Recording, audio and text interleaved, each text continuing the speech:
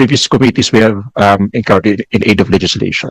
Yes, just to place this on record so that you may also be notified, but we will do it officially in writing through our committee secretary.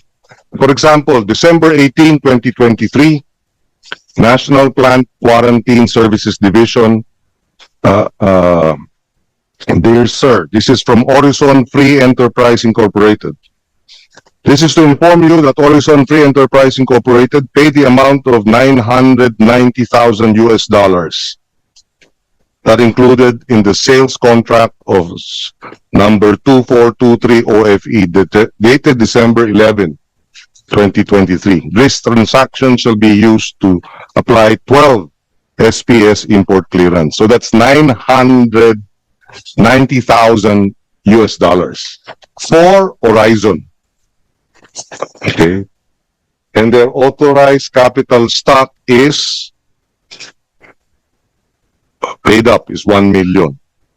Okay, so this is Horizon. We also have here the inward documentary collection from the bank to the tune of $990,000 US, Horizon Free Enterprise. And for Beatus, this is $69,000 US. This transaction shall be used to apply 6 SPS import clearance addressed to the Bureau of Plant Industry. So that's $69,000 US. Lama? Yeah. And they have a paid up capital of 300,000 pesos. Now, Beatus, Horizon, and Atara, Manus Day, have interlocking directors, have made deliveries based on the SPC, the permits, to Arvin, warehouses in Calaca, no, Batangas. So they have the permits, they import it as Beatus or as Manus Day or as Horizon or as Atara, and they deliver it to Arvin warehousing. Now, question: if they are engaged in rental warehouse, then there should be warehouse rental documents. So this we would like Arvin to submit. If assuming they are just in using the warehouse of Arvin, then please submit to this committee the contracts, the warehouse rental contracts of Beatus, Atara, Horizon, and Manus Day. So that, at least for the information of the BIR, are some of the transactions. Ito lang ba? Wala nang ba? Yeah. So, and therefore, we'd like to see. We also have, of course, the permits that were utilized, no?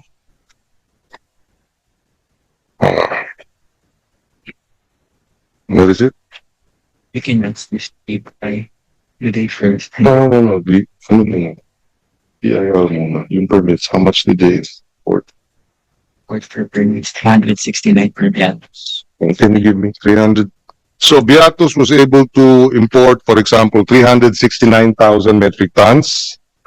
That's Beatus, based on the SPC records. And then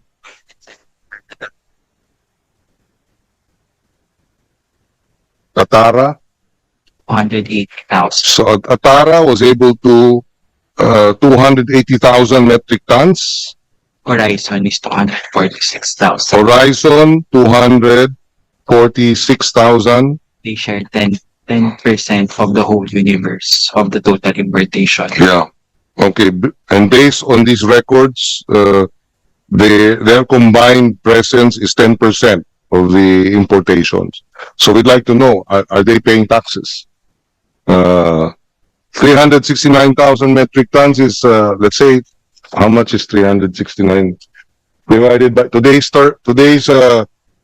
in 2024, it was what? For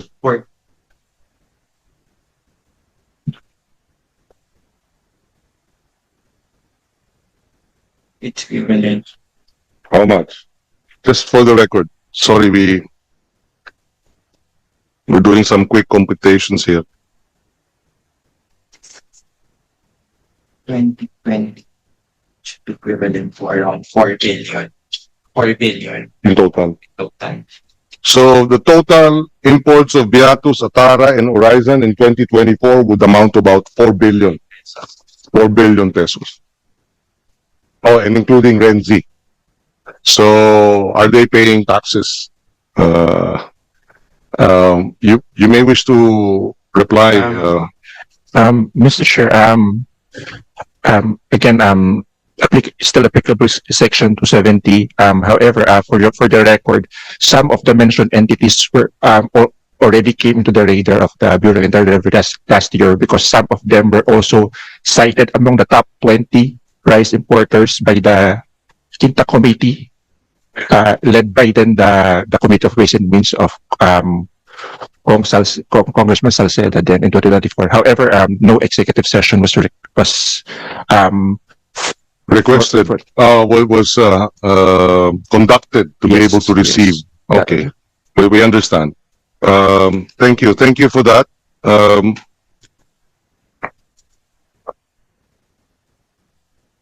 So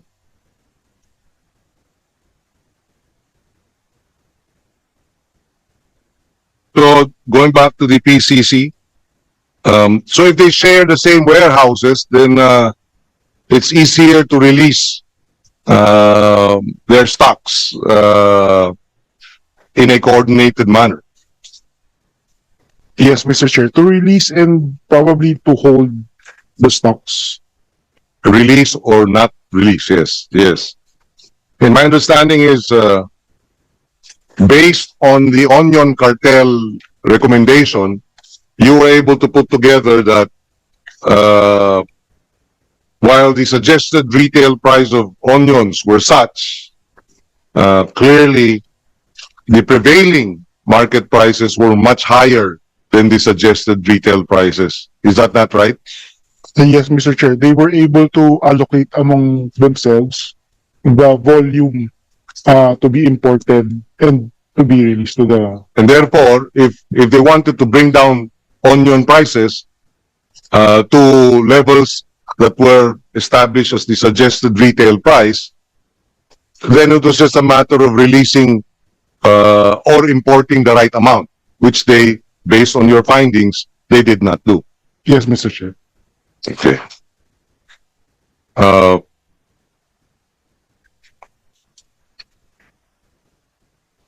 Is it the same if several importers file and get their permits approved on the same day through the same person applying?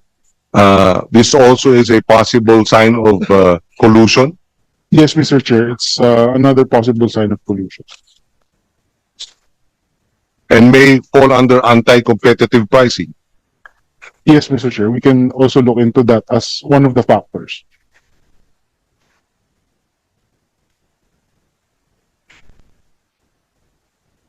Okay.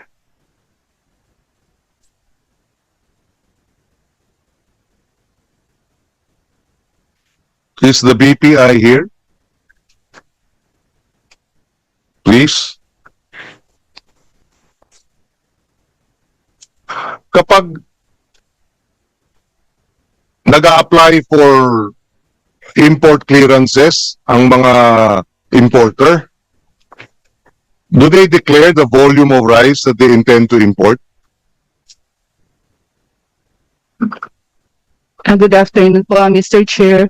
I'm with the chief of the plant quarantine. Yung ano niyo po ay yes po. So they declare the volume. Yes, Mr. Chair. May maximum ba na ibinibigay ang BPI? Wala po.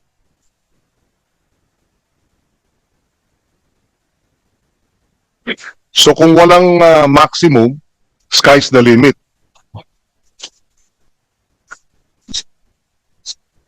That is based on the RTL po, Mr. Chair. Yes, I understand. Apo.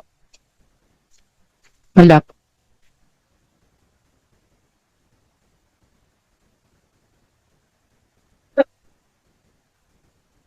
Okay. How do you monitor the SP6, the permits that have been issued and the permits that have been utilized? How do you monitor that? As per our chief po, usually po the rice that arrive, natatag po to Mr. Chair as arrived. So natatag po siya as used, SPSIC. Within the 60-day period, right? Yes po. Is it possible that some of the SP6 are not used, but the rice is able to enter anyway? Hindi po. Bakit hindi possible? Smuggling yun eh. Ang dami-daming kwento nga dito na pinasok walang permit eh. Nag-expire po yung mga I know. Opo. I understand. Nag-expire. Pero pwede bang halimbawa 60 days? On day 50, may pinasok na bigas. Walang SP6 na ginamit. Hindi dineclare, in other words. Di ba? Tapos natiklo. Tapos ilalabas yung SP6. Pwede ba yun? Pwede bang gawin yun? I mean, it's in the realm of the possible. Na kung nalusot, hindi na kailangan i-declare. At ang sasabihin ng BPI, hindi ginamit eh. Wala namang ginamit na SPC, kaya okay lang. You assume hindi ginamit.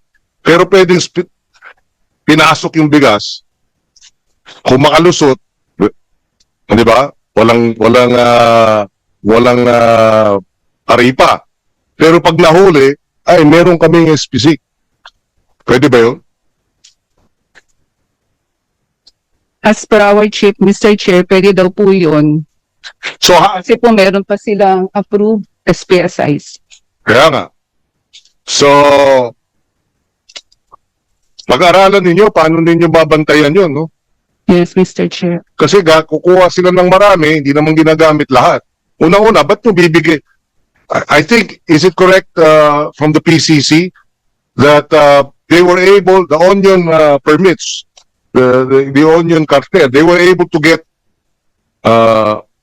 so many permits issued, right? Na hindi naman ginamit. That's correct, Mr. Chair. So, hindi ba dapat pag in-issue mo, paano mo na kailangan gamitin? Kasi ang nangyari doon, sa bagay, wala kayong limit eh, no? Ibig sabihin, kahit sino mag-apply, bibigyan ninyo. Pero yung same day, yun ang medyo bantayan ninyo. Because there is one instance here with which company? Correct. Renzi. Renzi. Ha? In-applyan ng LS11 Specific submission, walang use.